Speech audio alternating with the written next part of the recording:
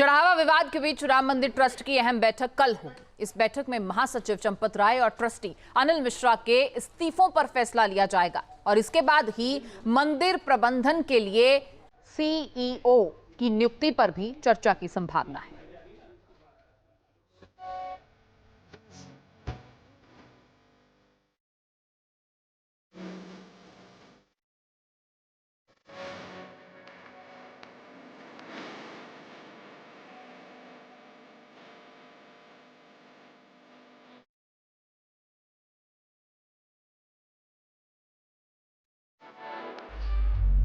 अयोध्या में भव्य दिव्य श्री राम मंदिर में चढ़ावे की धांधली के आरोपों ने देश दुनिया के करोड़ों राम भक्तों को आहत किया।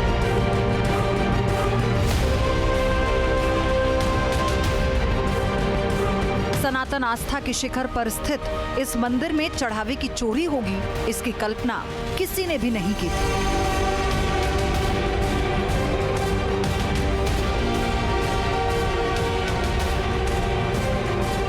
अब इस महापाप के दागों को धोने और मंदिर के प्रबंधन और निगरानी की व्यवस्था को अचूक और सुव्यवस्थित बनाने के लिए एक और अहम बैठक होने जा रही है।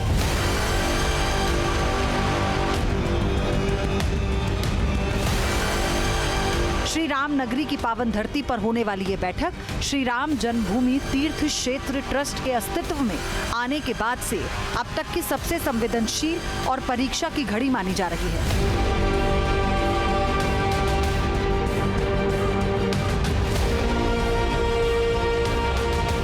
जब से राम मंदिर के दान पात्रों से चढ़ावे की राशि चोरी होने का मामला उजागर हुआ, तब से मंदिर प्रशासन की आंतरिक व्यवस्था लगातार सवालों के घेरे में है। इस कथित घोटाले ने ट्रस्ट की वित्तीय प्रणाली की कमजोरियों को उजागर कर दिया।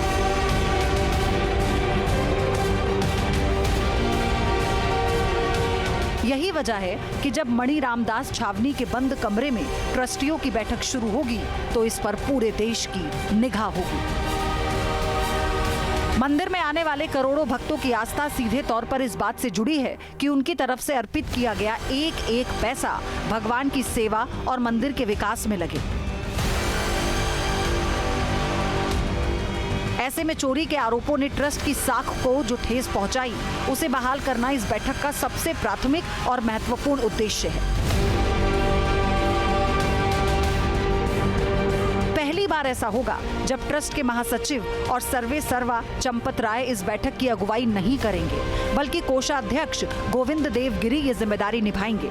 ट्रस्ट के अध्यक्ष वयोवृद्ध महंत नृत्य गोपाल दास भी इसमें मौजूद रहेंगे।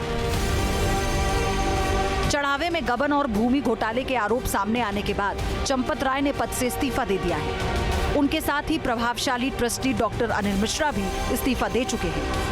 इस बैठक का मुख्य एजेंडा इन दोनों के इस्तीफों पर फैसला लेना है। अयोध्या दान चोरी विवाद मामला लगातार तूल पकड़ता जा रहा है। इसी बीच ट्रस्ट ने कल एक बड़ी बैठक अयोध्या में बुलाई है और इस बैठक में ट्रस्ट के जितने पदाधिकारी हैं वो शामिल होंगे।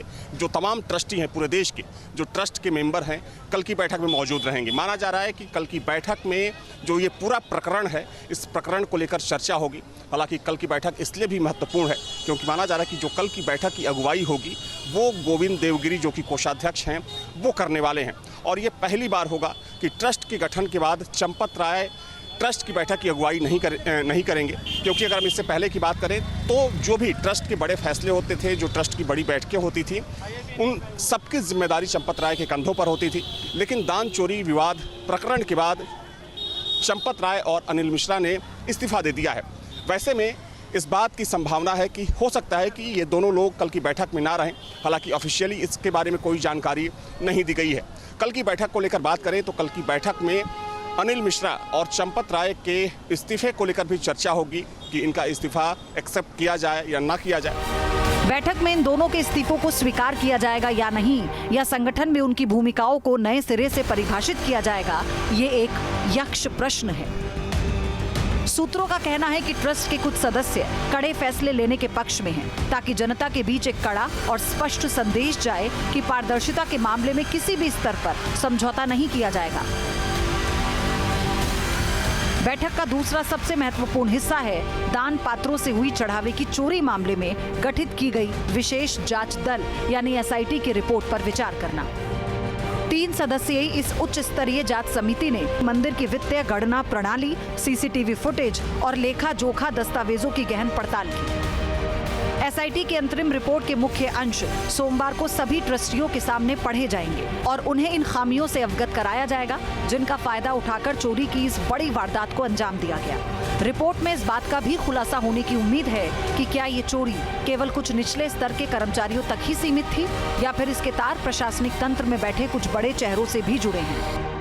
राम मंदिर में चढ़ावे की राशि की गिनती और इस प्रक्रिया से जुड़े 8 कर्मचारी इस समय जेल की सलाखों के पीछे हैं। इन कर्मचारियों पर सीधे तौर पर दान पात्रों से रकम उड़ाने और वित्तीय हेरफेर करने के गंभीर आरोप हैं। पुलिस की तहकीकात में अब तक कई चौंकाने वाले तथ्य सामने आए हैं कि कैसे कड़े पहरे और सीसीटीवी कैमरों की मौजूदगी के बावजूद कई दिनों तक इस हेराफेरी को अंजाम दिया जाता रहा। ट्रस्ट इस बात पर माथापच्ची करेगा कि भविष्य में गणना कार्य से जुड़े कर्मचारियों की नियुक्ति, उनकी निगरानी और उनके पुलिस वेरिफिकेशन की प्रक्रिया को कितना सख्त बनाया जाए। चढ़ावा चोरी प्रकरण ने ये साफ कर दिया है कि राम मंदिर प्रबंधन को दुरुस्त और फुल प्रूफ बनाने की जरूरत है। इसके लिए बैठक में एक पूर्णकालिक मुख्य कार्यकारी अधिकारी यानी सीईओ की नियुक्ति पर गंभीर विचार भी किया जा सकता है। बैठक में मंदिर परिसर में दान पात्रों की सुरक्षा, लॉकर रूम की व्यवस्था और वीआईपी व आम श्रद्धालुओं के प्रवेश निकास द्वारों के प्रबंधन को लेकर नए प्रस्तावों को मंजूरी दी जा सकती है। चोरी की घटना दोबारा ना हो, इसके लिए सबसे बड़ा हथियार तकनीक को बनाया जा रहा है। बैठक के एजेंडे में दान पात्रों से निकलने वाली राशि की गणना की वर्तमान व्यवस्था को पूरी तरह से बदलने पर मंथन शामिल है। अब तक की पारंपरिक और मैनुअल प्रणाली की जगह अब पूरी तरह से कंप्यूटराइज और डिजिटल निगरानी वाली व्यवस्था लागू करने की तैयारी है। प्रस्ताव के मुताबिक दान की निगरानी के कमरे को एक अभेद्य किले में तब्दील किया जाएगा। वहां आर्टिफिशियल इंटेलिजेंस आधारित सीसीटीवी कैमरे होंगे, हर गतिविधि पर नजर रखेंगे। इसके साथ ही ट्रस्ट भक्तों को नकद दान की जगह डिजिटल माध्यमों जैसे क्यूआर कोड, पीओएस मशीनें और ऑनलाइन ट्रांसफर के इस्तेमाल के लिए अधिक प्रोत्साहित करने की योजना बना रहा है, जिससे नकद राशि का प्रबंधन न्यूनतम किया जा सके। चंपत राय और अनिल मिश्रा के इस्तीफों पर क्या फैसला होता है, एसआईटी की रिपोर्ट के बाद किन चेहरों पर एक्शन होता है और क्या राम मंदिर को उसका पहला पूर्णकालिक सीईओ मिलता है, इन तमाम फैसलों से सोमवार शाम तक पर्दा उठ जाएगा। लेकिन एक बात तो साफ है कि इस बैठक के बाद राम मंदिर का प्रशासनिक ढांचा हमेशा के लिए बदलने जा रहा है। T news nation.